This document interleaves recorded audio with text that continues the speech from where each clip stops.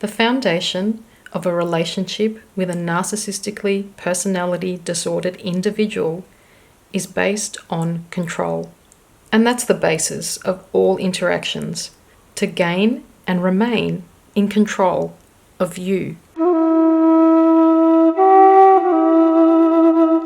All narcissists crave control, and narcissist control methods can either be overt and very evident, visible for all to witness, but the most destructive control methods are the covert and hidden ones that make you question your sanity.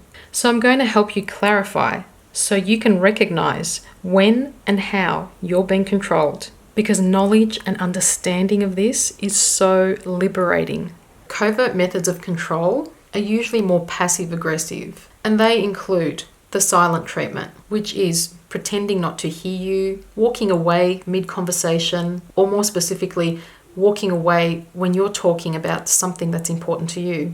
And the silent treatment is a form of invalidation. It's where they intentionally withhold giving you feedback, approval, or a response, because they know that you want their attention or just feedback, but they are going to go silent and in a really abrupt way. So it's quite unsettling. So by giving you the silent treatment, which can last for days or weeks, for some people it's even months and years. So by not responding, they're basically saying, I'm going to punish you. This isn't worthy of my attention. It's insignificant. I don't care enough to listen. So they want to control you by not validating your reality, by disengaging from the conversation. And the more startled or upset you become because you can't get validation or a response from them, the more you're showing to them how powerful they are, how easily they can control you. So withdrawal of their attention is a passive-aggressive method of controlling you.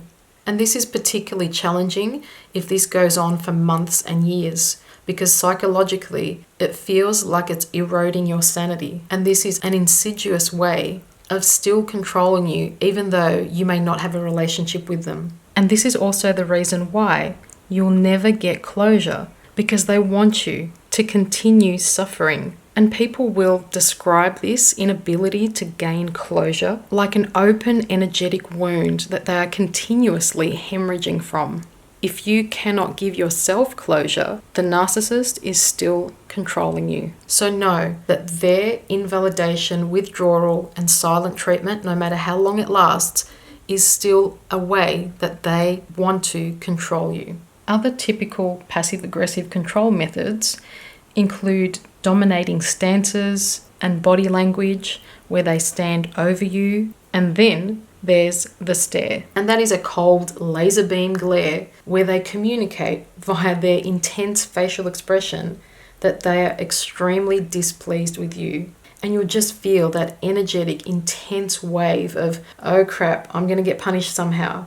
They're scheming something, just wait till we get home. And generally, they'll just target one person with this kind of behavior, and they'll flip a switch and be amazingly loving to everybody else. And you will see this very obvious dynamic played out in families. And it's very apparent how differently the golden child is treated compared to the scapegoat. Another way of controlling you is by playing the victim.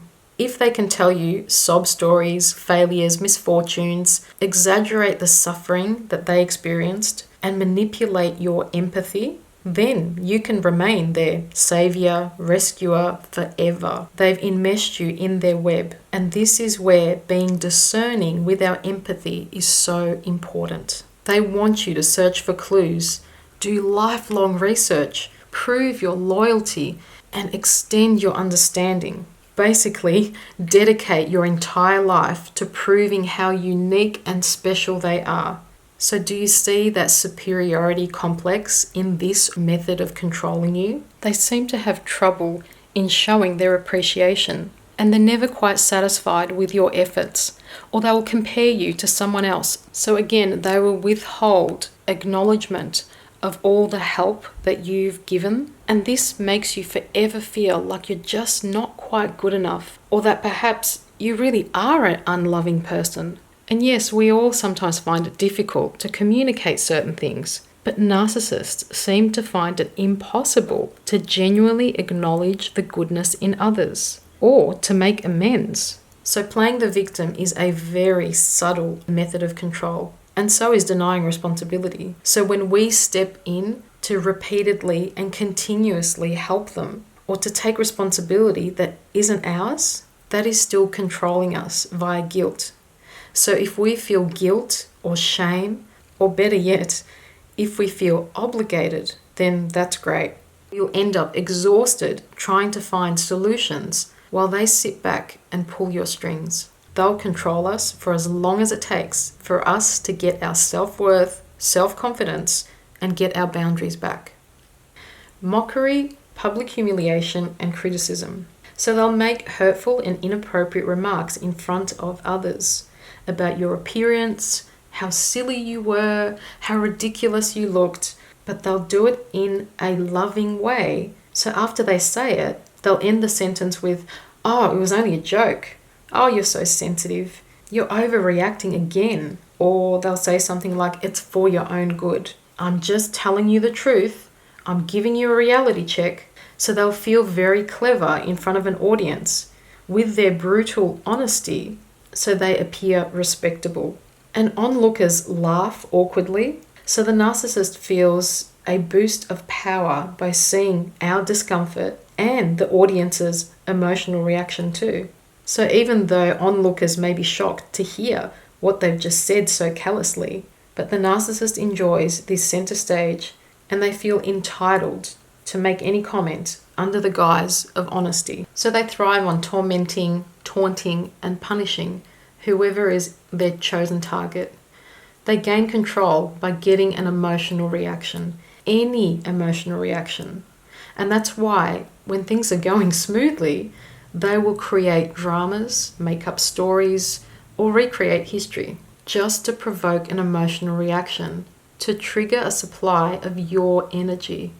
It's like they look for your exposed emotional buttons, so to speak, and to press them, just for entertainment and to assure themselves of how easily they can control you. So our reactions validate the narcissist's power, dominance, and how important they are. A narcissist will also want to control your level of self-confidence and self-worth. So they will intentionally make you confuse assertiveness with aggression. So if you speak up on your own behalf, they will project their aggression onto you and say that you are being aggressive when really you are just trying to be assertive, getting your message across. So the relationship with a narcissist is peppered with all these power struggles, games, and control methods that may be really obvious, or they could be very obscure. Other ways of controlling your self-worth include making fun of your hobbies, your interests, your passions, and by reminding you how unqualified you are, how there's others that are better than you, and that what you're interested in over there is useless.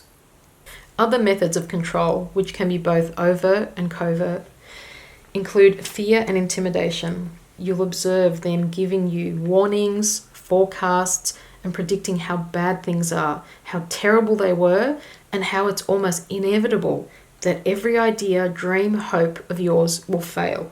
Basically, failure is inevitable.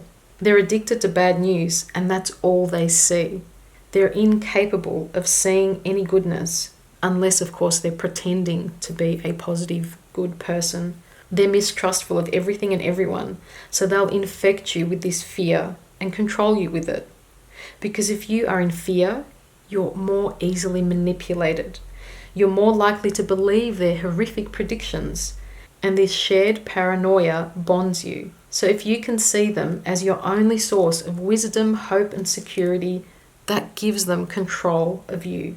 They'll plant seeds of doubt and watch you question your sanity, because if their doubt can influence your decisions, it proves how powerful they are in your life. They will intimidate you into making a choice that suits them. They will do whatever it takes to sabotage your success, because again, this is evidence of their power over you.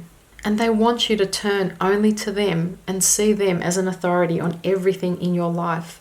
Basically, godlike. The more dependent you are on them, the more they're able to control you. So they will control all the money or how much they share with you. They'll control the car keys, what you wear, how you dress, and who you talk to. And these are all the obvious methods of control.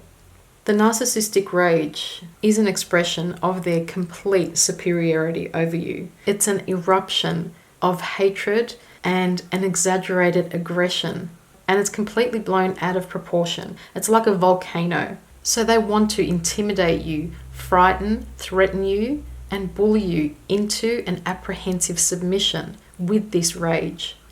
So just in closing, any emotional reaction surrenders control to the narcissist. These relationships can be likened to an emotional roller coaster ride. They don't want peace, tranquility, or happiness. They want control of you, your emotions, your choices, your life. And they do it in an overt, confident, entitled way, or a covert, passive, aggressive, spiteful way. Your emotions are a weakness, something to be played with. And the fact that you react demonstrates your inferiority and affirms their superiority. So be mindful of all your emotional reactions. Learn discernment and manage your emotional state. And that is our task at hand. It takes practice, but it can be done. And it's a skill worth mastering that will benefit all areas of your life.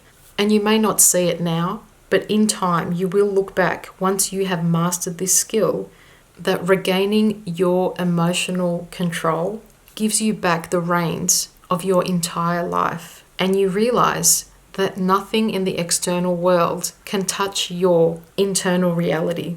We cannot control people, situations, or the outside world. The only thing that we can control is how we respond to all of that. And I believe this is how we transmute all the negativity that we experienced in these relationships into something positive and empowering.